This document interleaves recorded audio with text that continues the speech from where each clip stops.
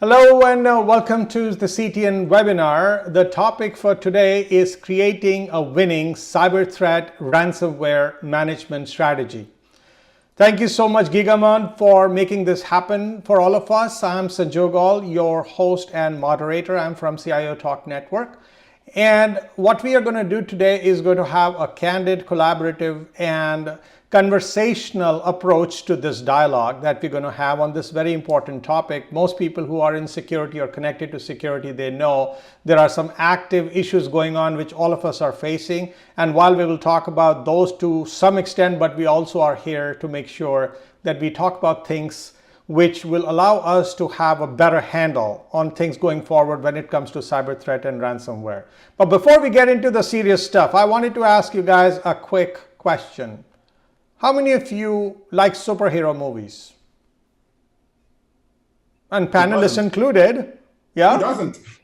Who doesn't, huh? So by show of hands, any attendees who've already joined, love for you to share or raise your hand if you like superhero movies. All right, I see Karthik already doing that, and there are a bunch of other people doing that too. So now the question comes up is, if you were invited to star in a movie as a superhero, which superhero will you pick?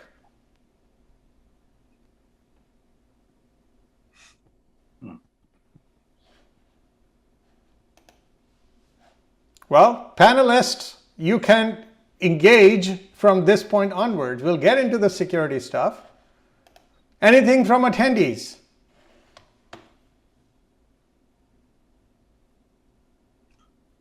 Does Loki count as a superhero? Well, so you are coming from that angle. Okay, so would you say Loki is a superhero or he was a villain? Or a mixture of both? Okay.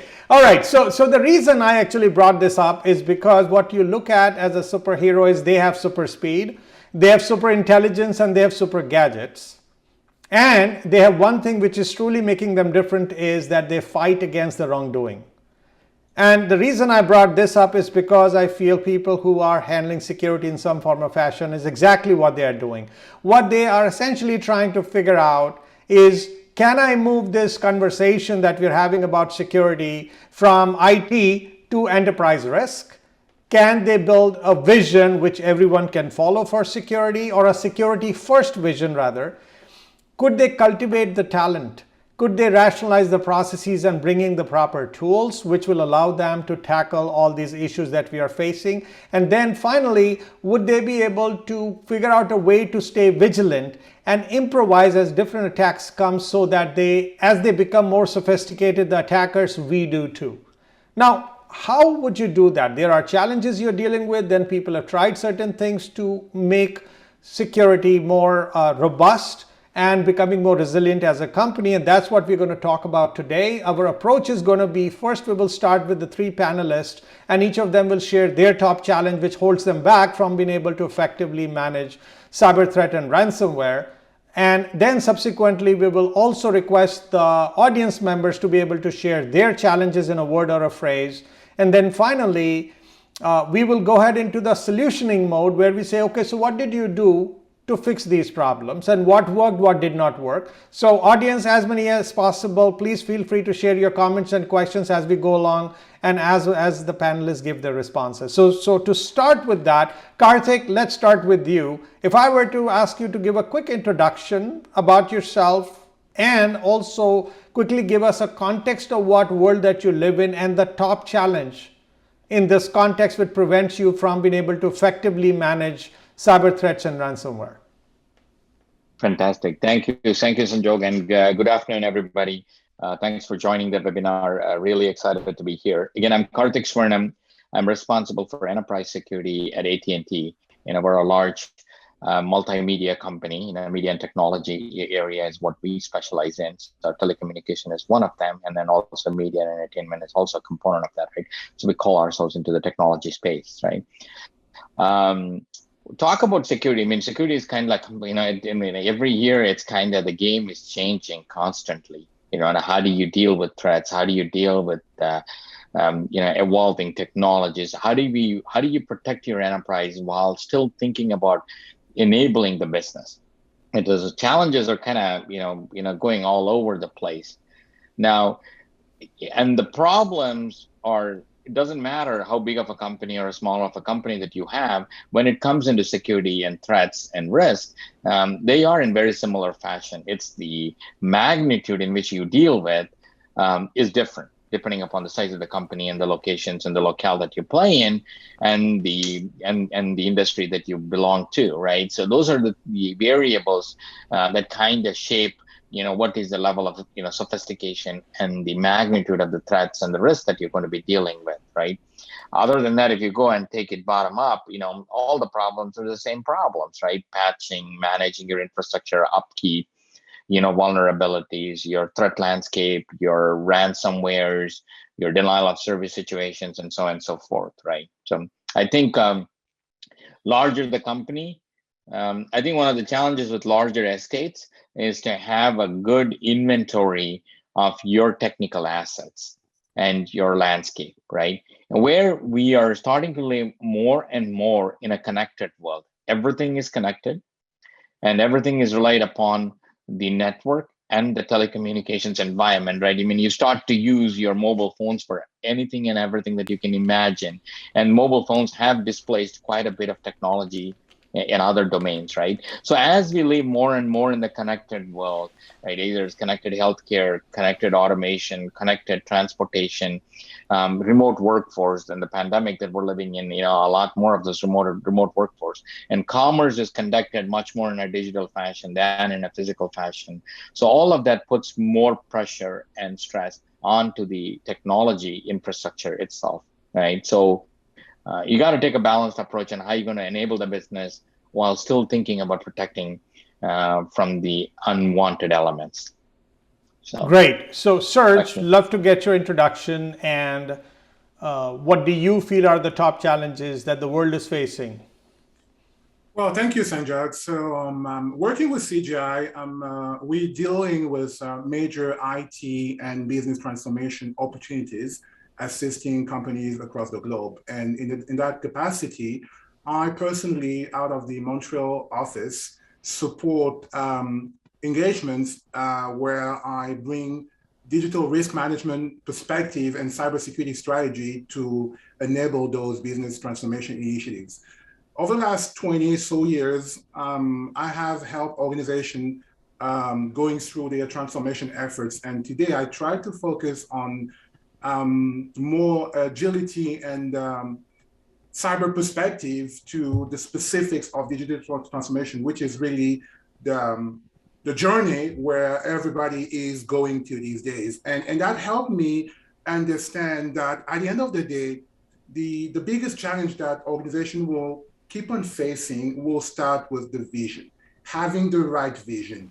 Most of the time, from the business I consult with, most of the time, it's really a matter of making sure first that we address those problems at the right level. We're living in a technological-driven world. Digital transformation is a testimony of that. And because of that, too many people will be prone to jumping into technologies to fix the problem. And when I say technologies, I rather mean the tools rather than necessarily having a strategy in mind. So if you address it the wrong way, if you don't get it at a proper level, you will not address with the proper solution. We have to consider a strategic approach to this all-out war that we're facing. It's a cyber warfare, not just even a war. So we have to consider different tactics and approach. So having the right vision will be the first challenge that can come to my mind. But after that, whether you have the right vision or not, you have to be able to execute it.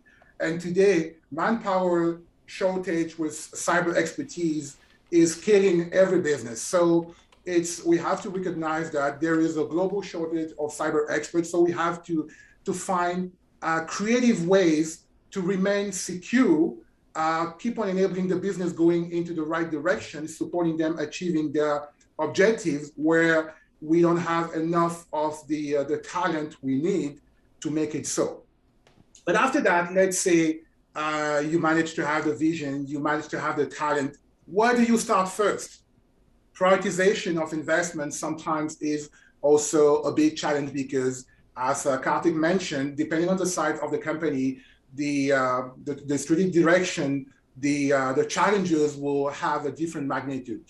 Sometimes you feel like you have to enable compliance because you are in a highly regulated industry.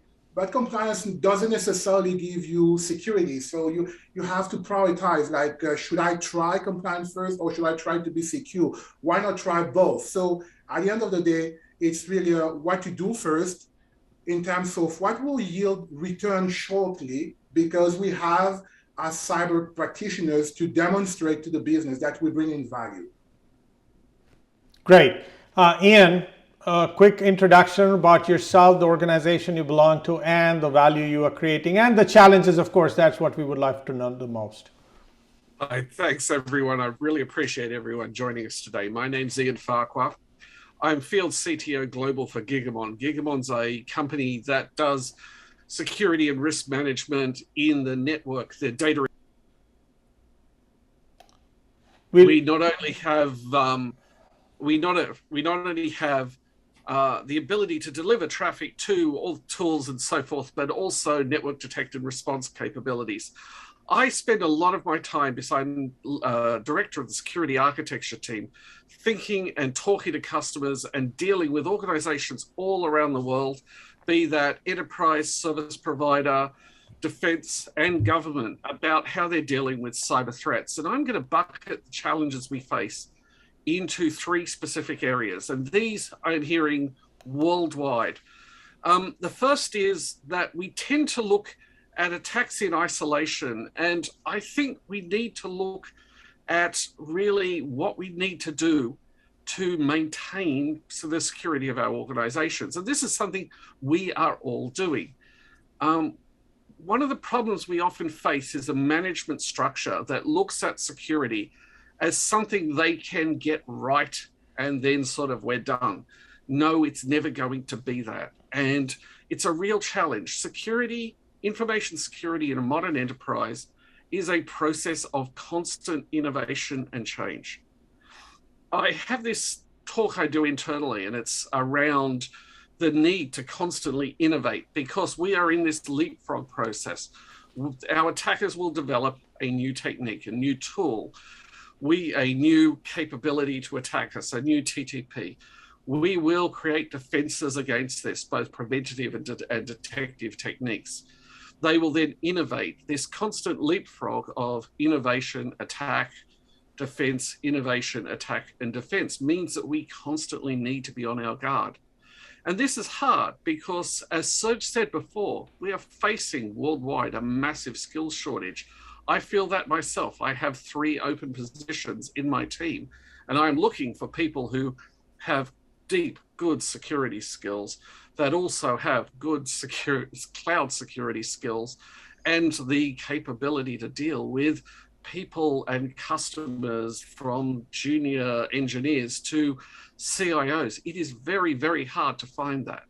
So this idea that we need to constantly innovate and yet have a skills shortage is really, really difficult. The second issue is related to that. When we innovate, we need to do it in businesses, and we need to do it quickly. We need to be part of the business, not an impediment on the business. I used to work for Sun Microsystems many, many years ago. I can remember Scott McNeely saying to the team I was in, when we told him it would take us 6 months to get ready for a particular business change, that asking InfoSec to run an IT deployment was like asking a lawyer to run a marketing campaign, insulting both InfoSec and the lawyers at the same time, I suspect. But nonetheless, we need to be agile, and we need to do security. We need to protect the business while not slowing it down. That's hard. It's a difficult process. And finally, reflecting also what Karthik says, IoT security. There is still no viable model for good IoT, OT security. ICS and SCADA, a little bit, but I see too many organizations focusing only on their managed devices. and ignoring the risk that their network contains a whole bunch of other devices that won't run an EDR agent, that might not even be able to log. They might actually have no access to them, yet may contain all sorts of 0 days and vulnerabilities that an attacker can exploit. We need to think about this and manage it. The too hard basket. And the too hard basket is something that we in InfoSec can't afford to ever use. Got it. So before we get to the solutioning section, I would urge all our audience members to pick a word or a phrase which signifies your top challenge.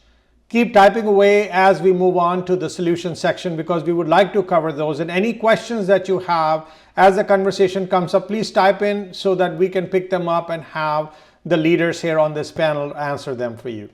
So that said, let's come back to the solutioning side of things. And this is where it's important for us to start with. Karthik, you mentioned the current inventory of tech assets is never current, or you have to always chase the business leaders. Is that, am I reading it right? Or is it the crown jewels, we do not know which all are there and which ones are the most important, or we simply don't know what is in the tech potpourri that we have in the enterprise? I think organizations and companies generally know what they have, right? It is, do they know to the nth level of detail of all of their inventory, right? I think typically what I've noticed it is, crown jewels, you're able to identify them, right? But think of this thing, right? Those crown jewels are put under threat by your doors that you left open, right? Like Serge was saying, right? So it's knowing every single asset underneath your estate is very critical, right? Because you want to protect your weakest link, because to the extent that you can, because that is going to be a neighbor to some crown jewels that you already have, right? So so understanding what your entire landscape looks like, understanding the level of sophistication that those landscape has it, right? Are they current? Are they more relevant? Are they in a good stature from a security perspective? So having an inventory is an essential element, is a building block. And once you know your entire estate inventory, knowing what are your weaknesses and vulnerabilities associated with them is one side of the coin that you need to be able to know that, so that you can go ahead and address them, right? You may choose to address them right away when you find problems, or you may opportunistically address them when those vulnerabilities are being exploited, or you start to see them in the wild, there is activities going on, right? So not just because you have the inventory and just because you know your threat landscape, your vulnerability landscape, doesn't mean some companies shy away from it, right? Because if I know it, I got to go fix it, right? Yeah, absolutely. If you know it, you got to go fix it, right?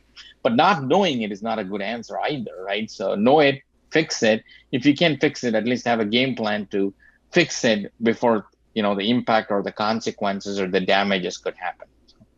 So I've spoken to quite a few CISOs in my role in media, and a lot of them say that the inventory that you do is also a moving target, because things are being created, updated, changed, and what security gets as a list of things that you get could be shifting every day, and your crown jewels and your things that you're tackling, that could be morphing too. Do you come across that as a situation which makes you working on what you're working on makes it difficult? I mean, absolutely, it is definitely going to be a moving target, right? All companies are dynamic in nature, and I think it is definitely will be a moving target, right? But not having a certain set of baseline, not having where your assets are, it's going to be extremely difficult, right? So at least if you say I have a good view of 90% of my estate mapped, maybe 10% of my estates is a moving target, and that 10% could change at any given time, then all you're dealing with is that 10%, right? Being, you need to be on your toes to keep discovering new assets popping up, discovering the stature of those assets as they move and shift, right? But you don't want that to be your 90% portfolio that you're going to be dealing with, right? Because then there's no easy way to solve anything if those things are put under threat. So I think having a balanced approach, I mean, I wouldn't say, okay, you got to stop everything and make sure you have everything 100% inventoried all the time, right? That will put friction into the business, right? But at least if you say, I know 90% of my inventory plus high upwards of 90%, and then the 10% I will deal with it as they shift and move. That's an easier denominator to deal with. Any specific techniques or approaches that you've used which have worked better for you, or some things which you tried but did not work, so that we get learning from both in this area in terms of solving this challenge? Yeah, I think companies do have a lot of inventory systems, lots and lots, right? Lots and lots of business units. There's a lot of shadow, technology groups that go on, right? So I think one of the things is to open up, create more of an open source, crowdsourcing your own organization to say, hey, come, you can write into this system and kind of start to put the data into it, right? So it kind of, and more, it's a distributed, delegated approach to start with, so that you're giving and empowering those individual organizations to come and share their inventory and share their assets, right? As opposed to you going and asking for it. That's one area that actually works, right? Also letting them know that it's better for them to encourage them, right? Like, yeah, you don't, as soon as they disclose certain inventory or certain assets and you kind of come back with like 100 problems associated with it, it actually demotivates people to share. It's just a human nature, right? So I think you need to be able to not only kind of, when they share with you and then you find problems and you help them fix those problems, and then fix those problems in a more amicable timeline, right? So that you're not necessarily saying everything that I see, I need to be fixed right away, right? So, kind of showing them that there is a possibility and you understand the challenges that they face on the ground, kind of helps them, right? So I would go back and say, two-pronged approach. One, you can go ahead and discover your assets by the tools that security guys have, right? You can do a lot of asset discovery. One, while you're doing that from right to left, you also want to be able to say, well, I'm going to be able to delegate, distribute, and encourage in a self-service manner from left to right, where they can start to come and input the data, right? And then you can work, and the security guys have to take the ownership for deduping the data, understanding that, going back and vetting what's important, what's not important, and all of that stuff, right? You need to offload that work, right? So all you need is a source of that information coming in. You're also discovering, so that you can go back and verify that, and then you kind of, converge at the happy mediums. Great. So Serge and Ian, do you have any thoughts on this specific subject area? Ian, do you want to take first? Oh, yeah. I love the point about demotivating people to share. That's absolutely valid.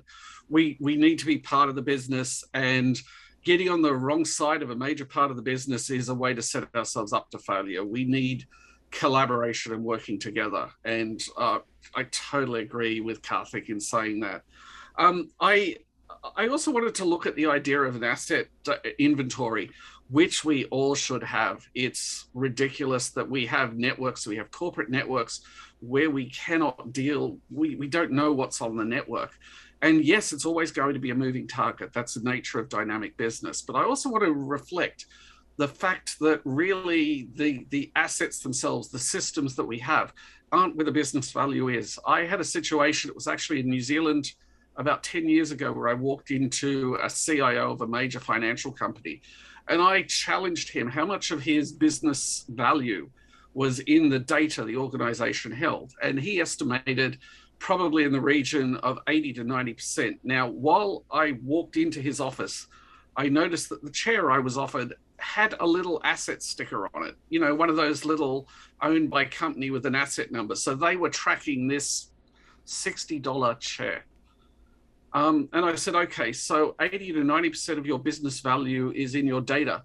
Can you tell me where all of that data is? Can you tell me in this network of thousands of systems where that 80 to 90% of your business value actually sits, which assets they're in? And he laughed in my face, rightly so, because he couldn't.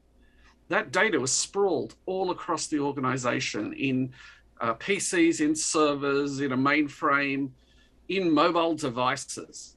He had no idea where 80 to 90% of his business value was. We need to look at where our data is resident. We need to make sure it's in appropriate places, because if we don't know where it is, we can't tell that the appropriate controls have been applied.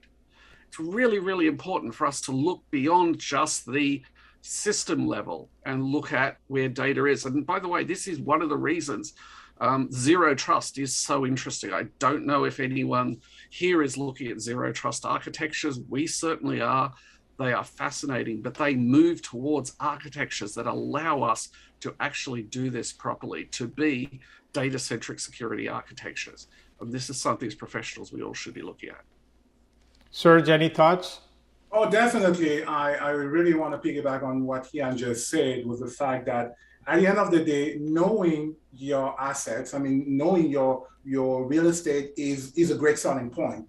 But we have to realize that in this digital world, we are also having our data being assets that we don't necessarily manage or at least understand the same way. It's really good knowing yourself if you want to enter such a battle that we have against cyber attackers and or the hackers. But the fact that we operate under the concept of trust, it's a corporate allocated laptop, so you're entitled to doing things. So because I recognize your laptop, I will trust you. This is really outdated thinking. The fact that we would know those systems will help, but as Ian pointed out, we don't necessarily know the network components as well. And when it comes to data, data sits on multiple layers. It's the level of sensitivity. Do you need it? Do you need to share it with the audience you meant to share it with? That's definitely something we have also to consider. And that's why, in my capacity advising businesses on how to minimize digital risk, I keep on telling them about the holistic views that they need to consider. Since the beginning of COVID, we had to realize that we started living in an extended enterprise. So which are the assets? Is it only the equipments that you hand over to your employees and third parties you work with don't count? What about the systems, the components that you use in the cloud? Or what about the third parties that you leverage to support, to develop your application and stuff like that? Do you count them into your asset landscape? So do you have any visibility on what sort of risk they could pose to your systems because of the permissions you gave them, or just because of the security culture that they might lack in their own organization? You trust somebody to be helping you out with, let's say, coding a database, but you don't necessarily know if in their organization they have let's say a decent cyber hygiene that you can rely upon to make sure that you extended your business up to them. So they are now part of your end users, but they are the weak link. So how would you manage that if you don't start asking your third parties, your partners, your vendors about their own security posture, just to make sure that if you invest tons of money into securing, protecting, understanding what your environment is, they don't just become the open door to attackers just because they have no visibility on their end, and you're just trying to mitigate 90% of the challenge, and the last 10% they will be bringing the issues on your environment. So it is definitely something that I want to remind people. Zero trust is a good example, because zero trust really relies on the concept of you need to know minimum privileges that you will be given, and not just the fact that you were trusted because you have a computer that is provided by your employer to do your part of the business, but it's because we really look at what you're going to do once you open the doors in the company, once you access systems, once you start touching data. What are you trying to do? Are you entitled to doing that? And that's how it could be helpful to determine if something had happened because you could have a wrong behavior. It's like on the, let's say, credit card business. Sometimes you will get a call from your credit card company to say, oh, we witnessed some abnormal behavior and we were wondering if it was yourself doing it, because let's say you tried to buy something online which really doesn't look like yourself. Same thing should happen even on the trusted equipment in your organization. Now that you know your assets, now that you know that they are yours, you still need to make sure that they are used the proper way. Okay, So I'll build on the challenge that Serge you brought up, and Karthik, this is for you since I'm sure talent. That's what is the key word right here, Serge. That's what you said. Talent is a big thing. And security talent is not easy to come by. Your organization's a very good brand. People would love to connect with, but still there are so much competition out there and you always want more and better people all the time. How you are even fundamentally looking at it, and let's talk specifically in context of you trying to deal with the ransomware as the core area. Do you think there are some SWAT teams out there who you could go ahead and hire, whether as an employee or as a consultant, who would just do this? How are you handling this talent situation? Well, So Serge, this question is for Karthik, yeah? sorry. No worries. So talent, cybersecurity talent. I mean, it's not a hidden factor, right? Everybody knows everybody's fighting for the same type of talent. It's not just in the United States. It's anywhere in the world, right? World across, we're lacking talent, right? I think we're doing a couple of things. One, there are institutions and programs that kind of helps build this talent, right? So you have to be able to bring in super smart technical people that has knowledge in either in the application development arena, whether it's infrastructure, network, vis-a-vis any of those core domains, right? And then bring them and then have an institutional program that kind of helps you, cultivate that additional skill set, right? So that's one way to deal with it, right? There's two aspects to it, right? One, you can help them build the technical skills, fairly quickly, right? Over the course of the, few weeks to few months. If you can take some technical people and then shift them over to start focusing on cybersecurity and ability to manage and execute and deliver on those tools, that part is the easier part, in my opinion, right? I think you can do that, and everybody should have a program and how they bring the talent through, right? The biggest challenge when you talk about ransomware or some of the other things is intuition and gut, right? And it feels bad. It doesn't feel right. It's not right. Right? How do you teach that, right? That only comes through over a period of time and over the experience that people build and develop.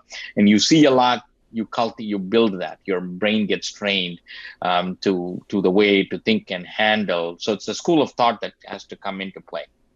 I think the best way that I've noticed it is to be able to do that is to pair up experienced folks along with some, people who were kind of, budding into the cybersecurity domain, and then kind of pair them up, right? Then you have this ability to say, hey, here are the data points, and here's how I can start to bring in heuristic-based approach in terms of understanding and identifying what is about to go wrong, and kind of bring the data, and then use the wiseness and the experience of the folks that have seen this, done that, been there, to be able to come back and say, yeah, this feels like an extremely false positive. Let's not jump the gun. But again, certain other, scenarios and situations, hey, it feels real. Let's go ahead and, activate our playbook, right? Talking about playbook, it's every company should probably doing, tabletop exercises, disaster recovery planning, business continuity planning, whatever you may want to talk about it, right? I think you need to really start to practice that. I don't know how many companies and organizations that do, a scenario play for a cyber threat situation, right? Cyber situation, right? That could be a ransomware, that could be anything else for that matter, right? So you need to be able to play that and say, if this were to happen, what happens, right? So, and then you start to kind of have these people that you're starting to train them to shadow that, like look through that, right? Fly on the wall, be there, experience that. I mean, that's kind of how I think we can deal with the talent shortage, right? If everybody's going to go recruit 100% experts, I mean, you're going to get frustrated, right? So I think it's a combination of bringing in some good, highly technical people and to layering on top those security domain knowledge, and then pairing them up with people who have been in this block, been around the block, to be able to say, how do I bring intuition and gut, to weigh in on your decision making, right?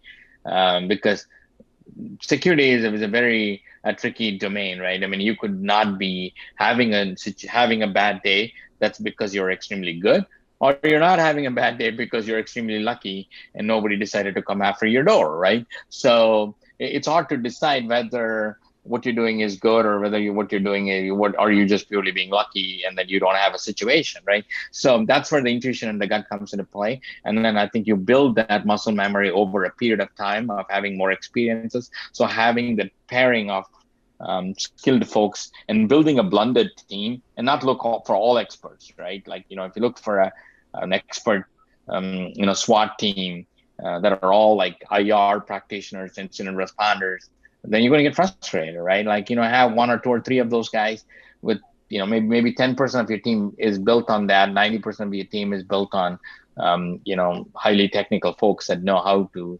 navigate with the tool sets that you currently have. Hopefully that answers the question on how do you. No, definitely. I mean, you made some points, and so Ian, you in fact in your challenges. While Serge made that as his main challenge, like the talent, and which is of course a big challenge, you also brought up talent in the context of doing innovation, and then you do not have the right talent. So now let's talk that in context of the service providers. They have to do innovation at organizational level, at the network level, what they offer, and they also need to have talent. What have you seen being done in that regard as a collective view of what you've seen them do, the kind of strategies that they've deployed to not truly crack this problem for good, but at least make good progress? Oh yeah, it's fascinating to observe. I mean, I've been doing service provider security probably for 15 years, and it's really been an evolution. Service providers worldwide, it's a very challenging business. It's got huge capex, more so than almost any other exercise, and typically deploy huge architectures that need to be secured. And you've got the two aspects in service provider, and you've got to differentiate them. The first is the enterprise security, which is fairly typical an approach, securing the business behind the service provider. And that has a lot of overlap with typical enterprise security. You've also got the security of the enormous infrastructure that service providers typically have, be that an internet service provider providing, DSL or cable internet, or you've got 3G, 4G, LTE, 5G infrastructure with the enormous investment there and securing that. Let's talk about the second part first. Many people on this call, this will be a little bit academic for them, but that is definitely an IoT situation there, in that you have a very small number of providers, you have very large infrastructure that you are trying to protect, and it is an infrastructure that you have many threat actors that would want to penetrate. Monitoring this, ensuring that you don't have a supply chain security issue, managing risk is absolutely essential. And you have to do that at the network level using some fairly specialized protocols like GTP and so forth. There are very, very, very few people with experience in this area, and they tend to be expensive. But let's move now to but there are solutions for that. We need to also move to the enterprise security aspect. And I love that AT&T is actually developing that expertise and looking at not just hiring people, but building that expertise. We all should be doing that because there aren't enough people out there to help us. We need to find good people to do that. What we need to do in that area is look at people as our key skill. We need to secure our networks. We need to make sure that we can see everything that's going on there, because as I said before, the too hard basket or the invisible basket or the parts of the network that I cannot see are risks, because, here be dragons. I don't want the dragon. I want to see everywhere. I want to understand that I don't have a risk and I'm well protected. And I need to make sure that I'm agile and capable of responding to threats. The ability to actually see my entire network, understand what's there, understand what's normal, and detect the deviations from normal, and have good incident response people, SecOps people who look at that and go, as Karthik said, that doesn't look right. This is something I need to investigate, and then go and perform the triage process that allows me to say, this is nothing, this is a false positive, or this is actually the dropper of a piece of ransomware that is downloaded on this system and it is currently encrypting this system, that allows me to isolate that system before it does further damage and turn a ransomware into a trivial incident, not a crisis, is what I need to do. Great. So I will come to you, Serge, just shortly, because talent was your thing, right? And you might have very specific, give us very pinpointed answers to specific strategies that you've seen, and especially when you've worked in the past with a service provider. And now that you've dealt with few, what have you seen them doing new, more, or different in that regard? But just a second, a quick request to all the people who have joined us. Please see if there is any talent-related question that you may have, if it has not been answered, and or other areas that you want our panelists to respond to. So please type away your questions. So coming back to you, Serge, say, give me 3 things, very pointed. A short answer is good answer. What do you think the company should do to deal with the talent who are service providers who have got ransomware going on and they are trying to be creative? Well, let me tell you about a story. A couple of years ago, I was having this conversation with a CISO about the challenges getting resources to build and run their security operations center. And I told him bluntly, you have to understand that because there is a shortage for everyone, you need to start growing your own talents, okay? Not just trying to hire them. But growing them could mean creating a continuous pipeline to attract, let's say, young graduates, for example, that you will educate them into the specifics of how technology is enabling your business. So, because, I mean, academics will teach them great things, but that are not necessarily applicable to you from day one. So you have to make sure that you sit down with those institutions and you tell them about what you're looking for. You hire those young talents, and then you train them to develop them into being more compatible to your operations.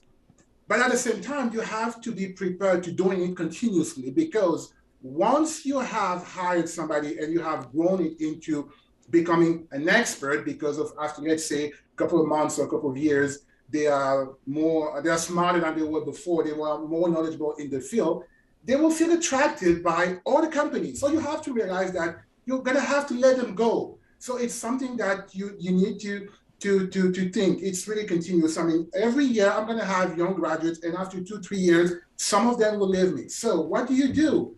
You start understanding the diversity of skill set you require. You don't try to have technical experts talking the business language. You don't try to have those, let's say, software developers who used to talking to computers. You don't ask them necessarily to turn themselves into the regular corporate type of employees that you're having. You have to understand the uniqueness of who they are. You have to treat them. I mean, the key here is human capital rather than human resources. I mean, resources are really things that are considered, let's say, expendable, whereas capital is something is your value. So there is also a shift in paradigm, like thinking it's capital, so we have to value them. You have to consider, how much do I pay them in comparison to what the competition will offer them just because there's a shortage. Of course, everybody is looking for $1 million a week. At some point, you might say, okay, maybe not. But instead of focusing just on saying no because they don't understand the business world, they're too young, what do they think, who do they think they are, you have to recognize that they're bringing unique skill sets that everybody is looking for. So you might want to educate them on how to monetize properly those skill sets, not just being too arrogant and asking for the moon. I have 6 months internship experience and I'm looking for a 7-figure salary. Doesn't make sense, but they do understand that they receive a call every day. Every now and then they got a request on LinkedIn about an opportunity that they might not refuse. So you have really to value the fact that you have to hire them continuously. You have to let them go. It's like kids. You raise them and you have to let them go. You have to accept that because that's the way of things. But at the same time, you also have to make sure that you understand how unique is your culture and how different could they be from your culture? So how you are gonna have to adapt together, not just them or not just you, but it's gonna be a two-way evolution that you have to enable. So that's how I had that conversation with the CISO, and it worked because at the end, it was a matter of creating partnership with colleges where we would have we will offer internships regularly, and some of those interns will stay, some of those interns would go. Something I kind of missed at some point. Let's keep having the same example of a SOC. What a SOC uniqueness is against other kind of operation activities or other regular corporate world activities, it's the kind of environment where you don't see daily lights. You let's say you work on a basement. You're just into a computer day in, day out, you work shift. So you also have to realize that it will take a certain type of people to accept that kind of job for a limited time. So you have also to understand that you're gonna have to give them opportunities to grow in your organization. So it might be difficult if you are a business where the non-technical skills will not be necessarily the biggest in demand. So it's going to be like, okay, what if after 2 years they feel bored with us? How do I handle that? Well, there's no easy answer to that. You're just going to have to try to understand what makes them tick and try to grow them into being more compatible with other roles into your business whenever they are kind of fed up with doing the boring basement kind of IT job. All right, good. So, Ian, go ahead with your thought. Yes. Yeah, I'd really like to focus on something in there. I thought that was a fantastic answer. But one of the things we tend to do as security professionals is we look at talent acquisition. What we might not be doing enough is look at talent retention. So there is a definite personality type that gets into security, and whether it's possible to take just an ordinary person and turn them into a security specialist, or whether there is some innate skill, is a massive discussion. I don't think we have time to go into that here. Fascinating issue, and I'd really love to hear AT&T's experience of that sometime, because that's a great data point. But we need to look at a couple of aspects. How do we keep them? So it's not only about money. If we focus only on money, a lot of the best security people aren't particularly money focused. They are focused on the challenge. And secondly, we need to understand that it is sometimes, like, for example, the last week, a uniquely stressful job. It's a demanding, it can impact your time. Make sure you appreciate, as an organization, these people.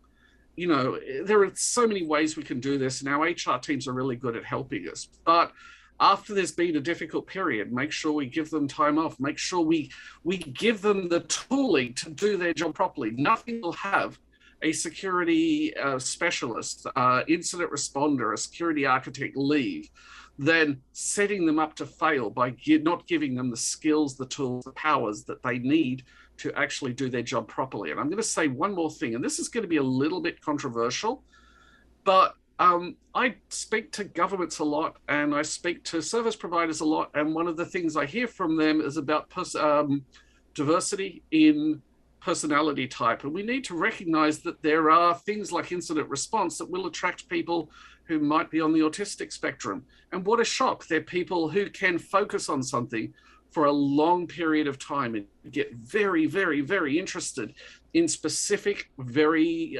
unusual skill sets. They're perfect for us. But they can often have a real difficulty working in large organizations. If we care about this capability, let's create groups within our organizations that are friendly to that personality type, because they have so much to bring. And I think that's something we all need to look at. No, absolutely. So let's kind of take this last few minutes into specific questions which are interesting ones, and let's put them out there and see what you guys have to say. So first question would be, so Karthik, this is for you. Do you think there could be a business model where service providers, they protect their own organization from the attack, but also at the same time protect their customers? Absolutely. when you say service providers, if you're talking about networks and carriers Yes. and infrastructure providers, definitely, yeah. I think we're moving down the path of securing the infrastructure, securing the network, to providing a secure network, right? So with the data and the information that are in the network itself, the service providers can play a critical role in terms of providing that capability of securing the customers, basically, as long as they subscribe. And I think we're starting to see that with software-defined capabilities, programmable networks, right? So the tools and technologies are evolving, which actually puts us in a better spot for us to be able to have that conversation now than a long time ago, right? So service providers will evolve to provide the secure capabilities onto the customers, as long as, as a service, right? I mean, again, the customers have to subscribe as these services mature. So you see that as a viable business model, which could turn out to be profitable and also the customers benefit as well.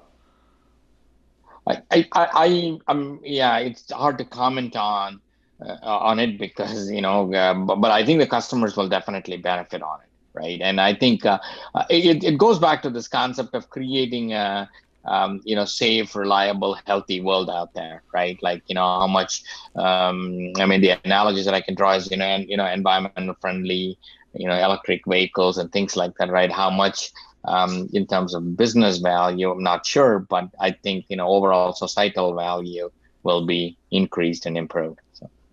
All right.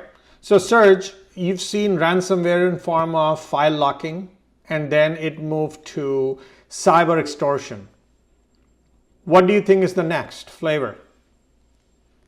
Well, Sanjog, personally, I don't really believe it really matters to really have a special flavor of the day we better understand of ransomware, because at the end of the day, what ransomware is, it is just monetization of a breach that was successful. So I do prefer think of it as we're trying to fight breaches. We try to prevent them or to minimize the impact, because if you get a ransomware, that means an attacker penetrated your defenses, then did some reconnaissance, did some whatever they were doing, and at the end, they said, by the way, I'm locking your files and I'm asking you for money. So that was just the last step of anything that they could have done, meaning they might have hijacked your systems. Let's say defaced your corporate website, for example. They might have taken your data, copied them, that they might be reselling them on the dark web or wherever they want to sell it, regardless of encrypting your data. So whenever they're asking you for a ransom, it is really just the last step of everything, all the wrongdoings they might have wanted to do is happening at that moment. So to me, it doesn't really matter. Ransomware is just a way to manifest a breach was successful. Do I prefer a ransomware then in that scenario rather than seeing if I was having a critical infrastructure? Do I prefer seeing ransomware rather than seeing my infrastructure being shut down? We all know about major attacks that happened that penalized major corporations over the years. And the most recent ones, when we talk about in the utilities business, the impact on people's safety could be really big. So I really don't mind having to worry about, okay, what they're asking now is for a ransom rather than just polluting my water treatment system that I'm running as a city employee. To me, it's just going to be better in that sense to see that the worst case scenario is a money issue rather than people's lives at stake. Ian, do you think we should look at beyond this endpoints related category of areas where we create technical solution for ransomware? Yeah, absolutely. We keep focusing on endpoint solutions because ransomware looks like an endpoint problem. It's really not. Ransomware is a business model. If we look at it through the point of view of it sits in a particular location or it runs on a particular system, we're missing the point. Ransomware fundamentally is extortion, and it is a way of Monetizing is exactly as Serge said, monetizing us. They are business people. They will just basically go where the money is. That allows us to look at defeating them by simply making them unprofitable. But how do we actually do that?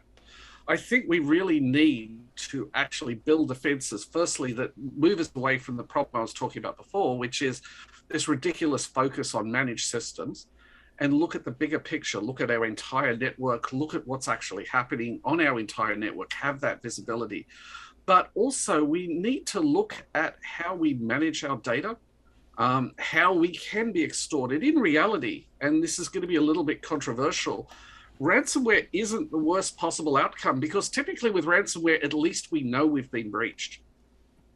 You think about that. If at least we actually know somebody got in and breached us, the worst possible outcome is that we get breached and we don't know it, and we lose all of our data, and that is used in an incredibly malicious way against us. Maybe that's given to a competitor, and we have no idea it's happened, but all of a sudden our competitor is working against us and winning, and all of our customers are being approached by their sales teams. That's a terrible outcome. What happened? How do we know? Ransomware, at least we know up front. We need to look at this in a much more holistic way, not just about ransomware, but about advanced threats, as Serge just said, and make sure that we keep all of it out, not just focusing on that one thing. And that means managed systems, unmanaged systems, network, IoT, looking at our data and properly having an adequate security architecture to protect the assets that we hold. Karthik, we all know that service providers are also, they could potentially be targeted by mature attacks like nation state attacks. If there is any semblance of truth in that hypothesis, or maybe that's already happening, how would that change the CISO strategy on tackling ransomware and things of similar nature? Yeah, so how do you tackle ransomware, right? Doesn't obviously your threat vector is an element that you need to consider, right? Who's your enemy, or what are you trying to deal with, right? So that's definitely an element in it. Where I would really focus more on what can you do and be resilient to any type of attacks that may come across, right? So then you start to think about what are the implications of a ransomware attack, if you want to think of it, right? It's either data being expelled of a data, or extortion that may come along with it, right? The purpose behind that could be any number of them, right? Like, either it is for espionage, or either it is to gain advantage, whatever that may be, right? But now then to start to think about it is, this is happening, right? To answer your question, all denomination of types of threat actors are doing ransomware work, right?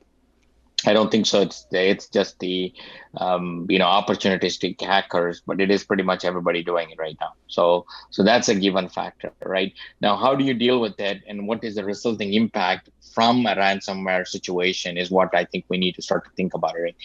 Can you start to prevent the implications or the damage as a resulting impact of a ransomware attack, right? You can, right? The way you do that is you try to secure your crown jewels and your data, right? Encrypt the data, make sure you have data loss prevention technologies, make sure that if it is a valuable information, if you can play to say, can I keep the keys away from the safe type approaches, right? Can you distribute your data? Can you distribute your information assets in such a way that even some piece of information gets out, that's of no use without having that other pieces, combined together, right? It all depends on your individual, business situations and the companies and the type of information that you're dealing with, right? The other thing that to think about is also to say, have I done certain business resiliency to say, hey, if it's an expel situation, what is the damage? If it's an extortion situation, maybe you don't even fall to an extortion, right? You might say, well, I have my data in another place, I'm all good to go, so I don't need to pay an extortion to get my data unlocked, right? So I think you need to play those scenarios and you need to figure it out. Yes, it does matter who is on the other side of the screen, but really, in order for you to develop your own strategy to handling and mitigating a ransomware situation, for that matter, any cyber threat situation, is how resilient your systems are, and do you have the right playbook, and people know what their roles are. Can you think on your feet and move on that front? That's where I would focus on companies and corporations, putting their energy and focus on. What a great conversation today. Thank you so much, Karthik, Swarnam, Serge, Mélone, and Ian Farquhar for joining us as our panelists. Thank you so much all the attendees who were here, and hopefully you got some nuggets out of it which you can apply tomorrow. And thank you so much again, Gigamon, for being our sponsor. And please share your feedback using the survey that will pop up when you exit the webinar to all the attendees and the panelists. Thank you so much. Lovely having all of you. Enjoy the day and keep doing the good work. Take care.